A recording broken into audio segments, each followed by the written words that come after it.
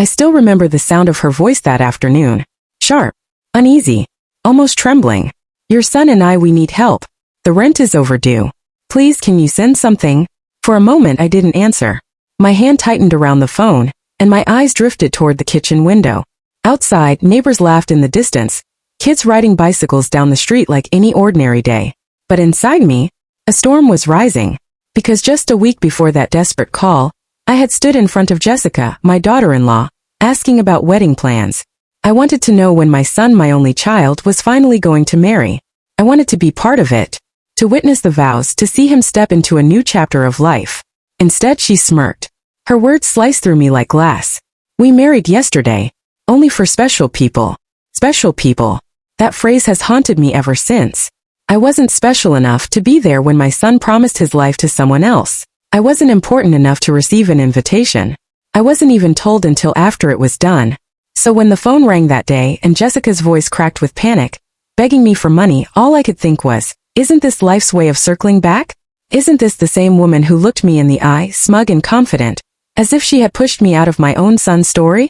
And now here she was, helpless, exposed, and asking for the very support she had once made me feel unworthy of giving. What would you do in my place?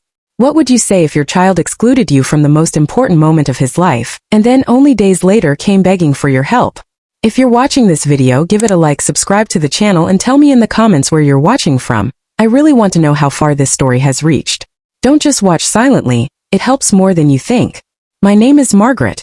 I was born and raised in Ohio, in a small town where everybody knew each other's names and a mother's reputation often lived through the choices of her children. Life had not been easy for me. I lost my husband when my son Michael was just 10 years old. One moment I had a partner to lean on, and the next I was staring at a folded flag and a hollow future, wondering how I was supposed to raise a boy to manhood alone. But I did it. I worked long shifts at the local hospital, sometimes cleaning rooms, sometimes assisting nurses, whatever they needed. Every paycheck was stretched so my son could have shoes that fit, a backpack without holes, a hot meal on the table. I was determined that Michael would grow up knowing he was loved, even if we didn't have much. And for years I believed we were a team. Michael was ambitious, bright, and gentle in ways boys often hide. He had a way of squeezing my hand when he sensed I was tired, or slipping notes into my purse with words like, "One day, I'll make you proud." I didn't need him to make me proud. I already was. But it warmed me, knowing he carried that sense of responsibility. Our bond wasn't just mother and son. It was survival partners, two people holding each other upright in a world that sometimes felt too heavy. And then came Jessica. I first met her when Michael was in college. She was polite enough, with a smile that seemed warm but never quite reached her eyes. She came from a different world, one of polished nails, expensive perfume, and conversations sprinkled with names of people I didn't know but was supposed to be impressed by. I told myself it was just generational differences, that maybe I was reading too much into the stiffness in her posture when I walked into a room, or the way her smile tightened whenever Michael showed me affection. For his sake I tried. I welcomed her at the dinner table, even when she picked at her food like it wasn't good enough. I listened when she talked about trips she wanted to take and things she wanted to buy, though all I could think about was how far that money could stretch in the real world. I smiled when Michael looked at her with that dazed expression, the kind a young man wears when he thinks he's found forever. But there were moments, tiny fleeting ones, when I caught glimpses of something else in her. A quiet calculation behind her gaze. A hunger not for love but for control. Still I held my tongue. Because love is blinding, and when it's your child who's blinded, you don't rip off the veil. You pray they'll see on their own. Weeks passed. Months even. And then one Sunday afternoon, as we sat in my living room sipping coffee, I asked the question that had been resting on the tip of my tongue. Michael was beside her, scrolling his phone nervously, while Jessica adjusted her sweater with a smirk already playing on her lips. So, I began carefully. Have you both set a date yet? For the wedding. Silence. A silence that lasted too long. Jessica leaned back, crossed her legs, and tilted her chin upward as though she were about to deliver news meant to sting. And she did. We married yesterday, she said, her voice thick with satisfaction. It was just for special people. Her words didn't fall like a stone. They sliced like a knife. My ears rang. My chest tightened. I blinked, unsure if I had heard her correctly. Married? Yesterday? Without me? Without a word? I turned to Michael, my boy, my partner through storms, my reason for pushing through exhaustion all those years. He wouldn't even meet my eyes. His gaze stayed glued to his hands, which twisted together as if trying to wring out his own shame. I wanted to ask why. I wanted to scream, to demand an explanation, to shake sense back into him. But no sound came. Instead, I sat there, frozen, staring at the woman who now carried my son's last name, but had just erased me from his most sacred moment. A slow heat rose inside me, starting in my chest and spreading to my throat, burning hotter with every second. Betrayal is a strange thing. It's not always loud. Sometimes it arrives in a quiet wave, washing over you until you can hardly breathe. I stood up, my legs unsteady. My hands trembled, though I clenched them into fists to hide it. No one tried to stop me. Michael kept his head low. Jessica's smirk lingered, victorious, as if this were a battle she had been waiting to win. Walking out of that room felt like walking out of my own life. Every step toward the door echoed in my ears, hollow and final. The air outside was cool, but it did nothing to soothe the fire inside me. And as I walked home alone, one thought repeated itself over and over. So, I wasn't special enough for my only son? The words gnawed at me, bitter and raw.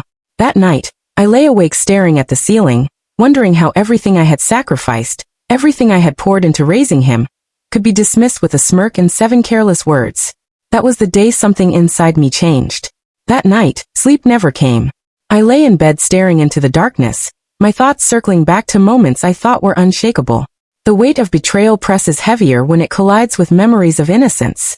I saw Michael's face as a little boy, the way he clung to me on his very first day of school. His tiny hand wrapped so tightly around mine that I had to gently pry his fingers off when the teacher called him in. He looked back 3 times before walking inside, and each time I waved, smiling through the lump in my throat. Years later, on his 13th birthday, he had said something I never forgot. He was eating cake at the kitchen table, his face smeared with frosting, and he suddenly grew serious. "Mom," he said, "I'll always take care of you. Always." He was still a child, but those words carried a promise so strong that I believed it would withstand anything life threw at us. And when his father passed away, that promise became even more sacred. He would squeeze my hand at night when I cried softly, whispering, "Don't worry, Mom. It's you and me. We'll be okay." Remembering those moments now felt like pressing against an open wound. How could the boy who once looked at me as his entire world allow a stranger to erase me from the most important day of his life? How could he sit silently while Jessica smirked, as if she had won some cruel contest? The days that followed blurred together. The news of their wedding spread quickly through the neighborhood, not because they shared it proudly, but because secrets like that never stay hidden for long. At the grocery store, whispers trailed behind me. "Did you hear? Michael married last week." His mom wasn't even there. Some people shook their heads in disbelief, while others gave me those pitying looks I couldn't bear. I began shopping late in the evenings, just to avoid the questions.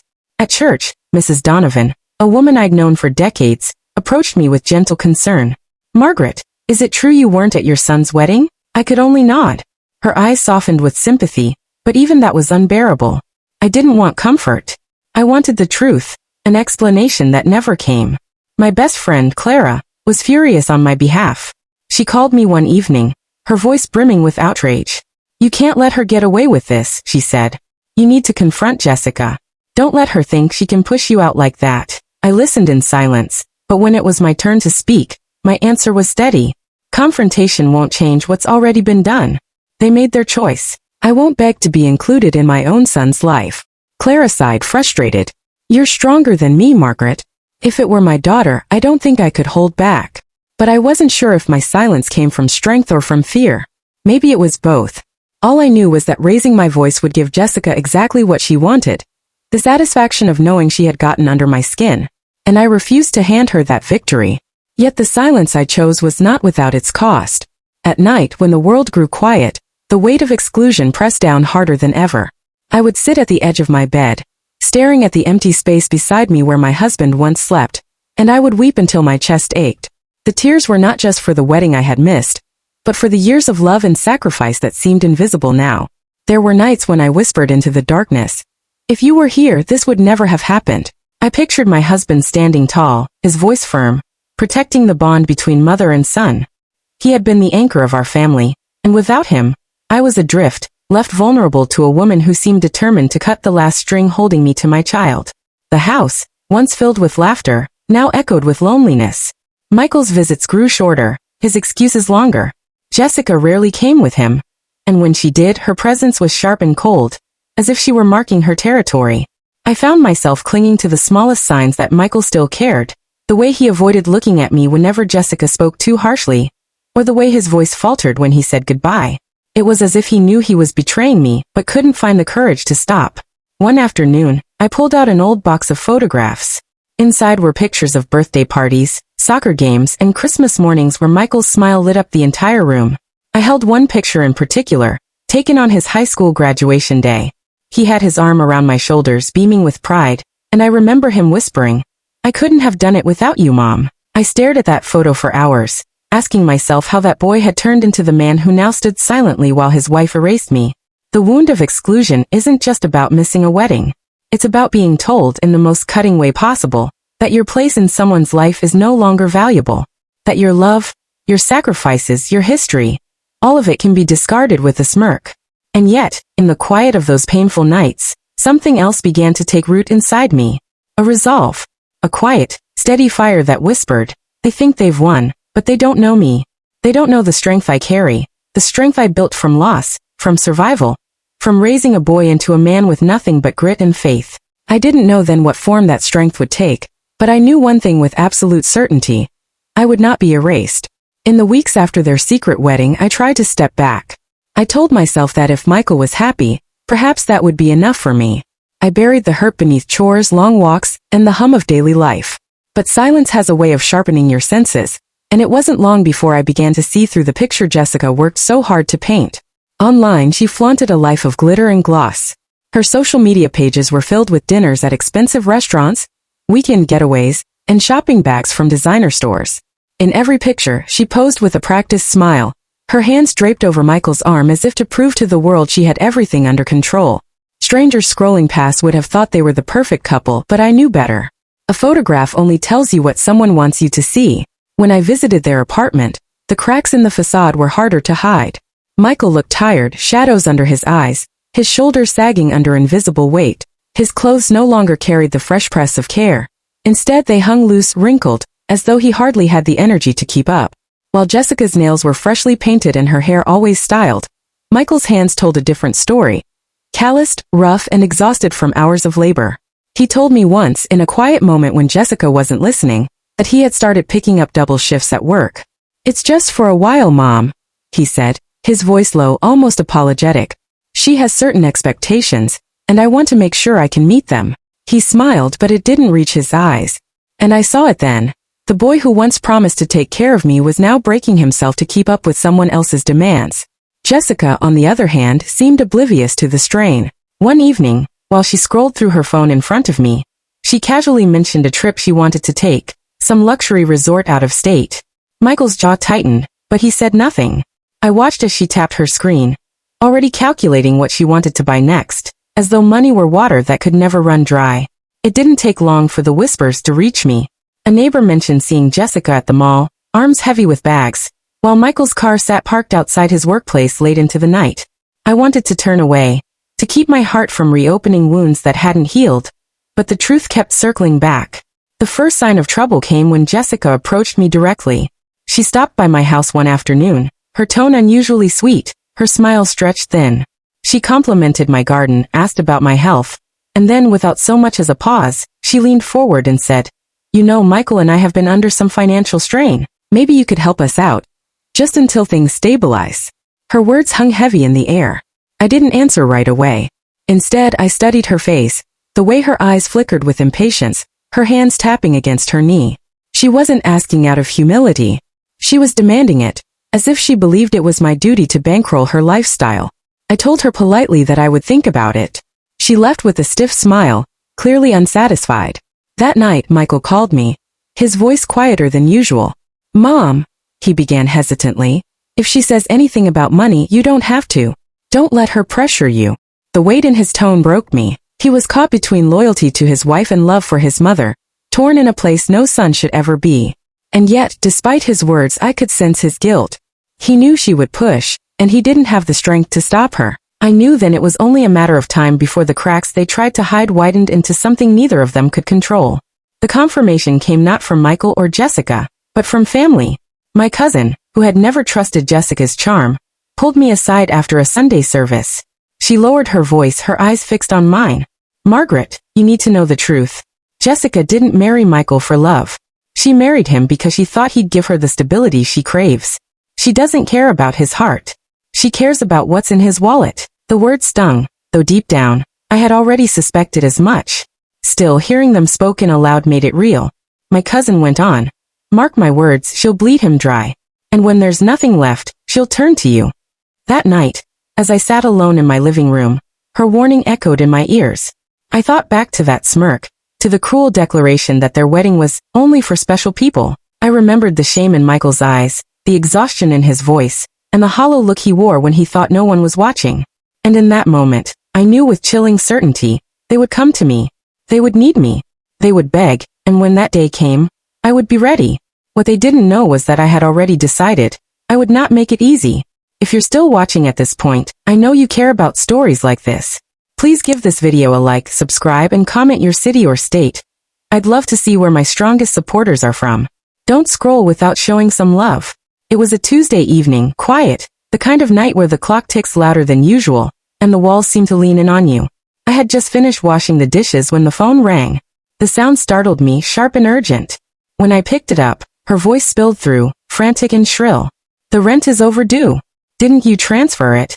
Jessica's tone wasn't a request. It was an accusation. I stood there, clutching the phone, my fingers tightening around the receiver. Her words weren't just about money. They were laced with entitlement, as though my role in their lives was to serve as a safety net, nothing more. For a moment I didn't respond. I simply listened to the panic in her voice, her rapid breathing, the way desperation made her facade crack. And then, like a shadow rising, her earlier words came back to me. The smirk, the sting, the humiliation. We married yesterday. Only for special people. My chest tightened as I replayed that moment. I remembered the way my heart shattered, the way my son lowered his eyes in shame, and the way Jessica basked in her cruelty. Now here she was, calling me in distress, expecting me to rush in as though none of that had ever happened. I felt the old instinct tug at me. The instinct of a mother who wants to shield her child, to make things right no matter how wrong they have gone. Michael's face flashed before me. Not the man he had become, but the boy who once clung to my hand on his first day of school, who whispered promises that he'd always look after me when he was grown. That boy still lived somewhere inside him, buried beneath the weight of Jessica's demands. And because of him I hesitated. But then the other memory pushed its way in, the look on Jessica's face when she dismissed me, when she made me feel like a stranger to my own son. That memory burned brighter, hotter. It reminded me that I had been erased, discarded like I didn't matter. So I let the silence stretch. Seconds turned into long beats, and I knew she could feel it on the other end. Her voice wavered. Hello. Did you hear me? We need it now. They're threatening to lock us out. Still, I said nothing. I wanted her to sweat, to taste the edge of uncertainty, to realize that I wasn't at her beck and call. The silence became my weapon. In that moment, I understood the power of not answering, the strength in holding back instead of rushing forward. Finally, I drew in a slow breath and asked, calm and measured, "Didn't I tell you?" There was a pause, confusion at first, then irritation. She tried to cover it with a laugh, but it came out brittle. Told me what? Stop playing games. We're in trouble. Michael said you'd help. Her mention of his name pierced me deeper than I wanted to admit. Michael hadn't called me himself. He had let her be the messenger, or worse, the commander. My son's voice was absent, replaced by hers. That absence hurt more than the request for money. I thought about what it meant. If he was too ashamed to ask, perhaps he knew the weight of what Jessica was doing. Perhaps he wanted my help but couldn't bear to admit it. Or perhaps he had chosen silence, the same silence I now wielded against them. I leaned back in my chair, the receiver pressed against my ear, my heart steadying. Inside me, two forces collided. The love of a mother and the pride of a woman who refused to be humiliated again. Jessica filled the gap with more frantic words. You don't understand, they'll evict us. Do you want your son on the street? Is that what you want? Her desperation was thick, dripping through every word. And yet, underneath I heard something else. Control slipping, fear creeping in. For once, she wasn't in command. I let her spill her panic, her half-threats, her plea disguised as demand. And when she finally ran out of words, when the silence pressed her from the other side, I whispered, almost to myself, "Didn't I already tell you who I was to your marriage?" The line went still. I knew she remembered. She remembered her smirk, her cruel dismissal, the sharp edge of exclusion. Now the same words came back to her like a mirror held too close. I didn't hang up. I didn't raise my voice. I simply allowed the weight of that silence to settle between us until she finally exhaled, defeated. And in that quiet, I knew something had shifted. For the first time, Jessica understood that I wasn't the weak, discarded woman she thought I was. I was the mother who had built a life from nothing, who had raised a man single-handedly, and who would not be used as a stepping stone for someone else's greed. The call ended with her saying nothing more. Just a shallow breath and then the click of disconnection. But I knew that wasn't the end. No, it was only the beginning. Because now the tables had turned. I steadied my breath, my voice calm, steady, deliberate. Didn't I tell you? I said slowly. You once told me your wedding was only for special people. So I assumed your money was too. The silence on the other end was thick. For the first time since I'd known her, Jessica had no quick response, no clever remark ready to sting. I could almost hear her lips parting, her mind racing to fill the gap, but nothing came. Just quiet, just the sound of her pride collapsing under the weight of her own words. And then, without so much as a goodbye, the line went dead. I held the phone in my hand a while longer, not because I expected her to call back, but because of the satisfaction coursing through me. I hadn't shouted, I hadn't begged. I had simply given her back the very cruelty she once used on me. And in that silence I reclaimed something she thought she had taken forever, my dignity. But the story didn't end with Jessica. A few hours later the phone rang again. This time it was Michael. My son. His voice was quieter than usual, heavy with shame, each word chosen with care. Mom, he said, pausing as though the word itself carried a weight he hadn't felt in years. I didn't want it to be like this. There was a long pause. I could hear him breathing, searching for words. Jessica. She wanted it that way. The wedding, I mean. She said it was better without the drama, better to keep it small. I didn't agree, but I went along. I thought it would make things easier. His explanation hit me like a dull knife. Easier. That was the word he chose. As though cutting me out of his most important day was the path of least resistance. My heart twisted, but I stayed quiet. I didn't yell, I didn't demand answers. I let the silence speak for me. Because silence has a way of pressing on the conscience, of forcing the other person to hear what words cannot say. Michael spoke again, his voice breaking. I know I hurt you. I should have fought harder. I should have told her no. You raised me better than this. And I failed you. For a moment, I closed my eyes. The boy I once knew flickered behind his voice. The boy who promised to protect me. The boy who clung to me after his father died. The boy who swore I would never feel alone. And yet here we were, oceans apart in the same conversation. I never wanted you to feel like you weren't special, Mom, he whispered. Tears welled in my eyes, but I didn't let them fall. I spoke only once, my voice quiet but firm. You didn't need to say it, Michael. She already did it for you. The silence that followed was heavier than any argument could have been. I knew he heard the pain in my words, the kind that couldn't be fixed with apologies. And though my heart ached, a small piece of me felt stronger. Because for once, I wasn't the one begging to be seen. That night, as I lay in bed, the thought settled into me like an old friend. Sometimes silence cuts deeper than anger. Words can be dismissed, shouted down, twisted in circles. But silence? Silence lingers. It forces reflection. It makes the guilty wrestle with themselves. And that was my turning point. I didn't need to chase their acceptance. I didn't need to buy my way back into their lives with rent money or forgiveness. I had my dignity, and that was more than they ever expected me to keep. The next morning, neighbors gossiped again, whispers of eviction notices and unpaid bills circling like wind. I walked past them without flinching. Let them talk. Let them speculate. For the first time, their chatter didn't matter.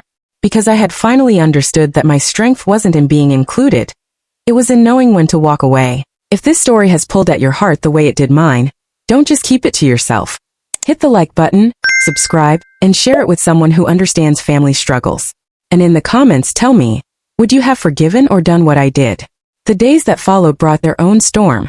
Jessica scrambled, her desperation spilling into places she once tried so hard to impress. She called her friends, cousins, even old acquaintances. Anyone who might lend $1.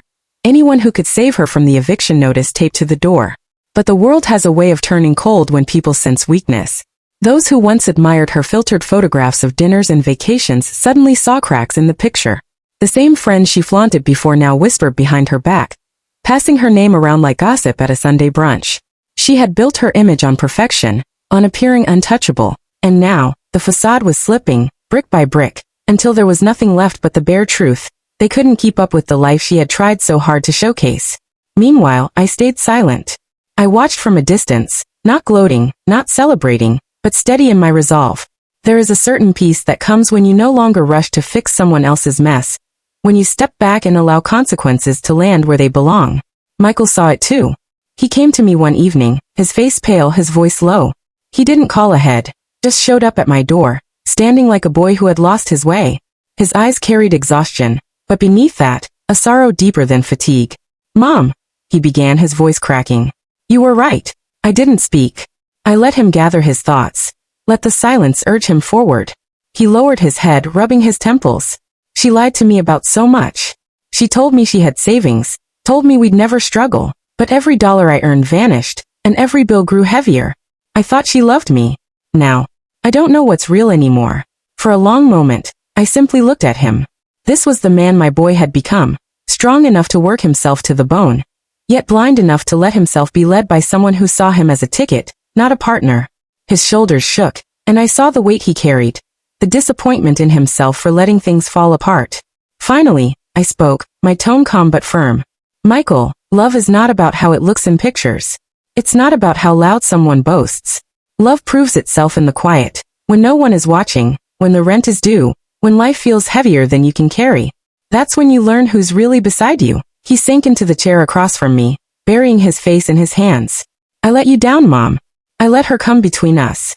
I didn't fight for you. And now I see what it's cost me." My heart ached at his words, but I knew comfort had to come with boundaries. I reached over, placing my hand lightly on his, but my eyes didn't soften toward Jessica. She had made her choices. She had dug her hole. My compassion was for my son, but not for the woman who had tried to erase me. "I will always love you, Michael," I said gently. "But respect is something you earn. And she hasn't earned mine." He nodded, tears brimming in his eyes, and for the first time in a long time, I saw a glimmer of the boy I once knew, the one who swore he'd take care of me, the one who meant it with every fiber of his heart. That night, as he left, I felt a strange sense of closure. Not because everything was fixed, not because the wound had healed, but because I had finally understood. Love may be unconditional, but respect must be demanded. It is not given freely to those who tear you down. And as I watched my son walk away into the cool night, I whispered to myself almost like a prayer, "He will find his way again. But she will learn the hard truth. Respect cannot be bought, and it cannot be stolen. It is earned, or it is lost forever." In the quiet that followed, I realized something that changed me forever. I didn't need revenge with shouting or anger. I didn't need to expose Jessica to the world, or tear her down with words. My silence had already spoken for me. My refusal to bend, my unwillingness to fund her chaos, was enough. That was my revenge. And it was louder than any argument could ever be. For so long, I thought being excluded from my son's wedding would be the end of me. That the betrayal of not being special enough would break me completely. But as the days passed, I discovered something else. Betrayal cuts deep, but it doesn't define you. What defines you is how you choose to stand after the fall. I stood, not with screaming, not with begging, but with self-respect. And in the end, that gave me more peace than anything Jessica could ever take away. Life has a cruel way of showing us truths we don't want to face. Family drama doesn't just hurt. It tests every corner of your spirit. It makes you question your worth, your choices, even your own blood. But sometimes, it also reveals your strength. And in my silence, I found mine. Michael came back to me slowly, piece by piece. Our bond is still healing, fragile in some places, stronger in others. I don't know what the future holds for him and Jessica, but I do know this. My love for my son will never disappear, even if my respect for his choices does. And so I ask you, if it were you in my shoes, what would you have done? Would you have forgiven? Would you have opened your door and your wallet once more? Or would you have stayed silent, as I did, letting the weight of that silence deliver the lesson words never could? Because sometimes silence is not weakness. Sometimes silence is power. If you made it all the way to the end, you're not just a viewer, you're family. Please give this video a like, subscribe to the channel, and tell me in the comments where you're watching from. I read every single one, and it means the world to know how far these stories reach.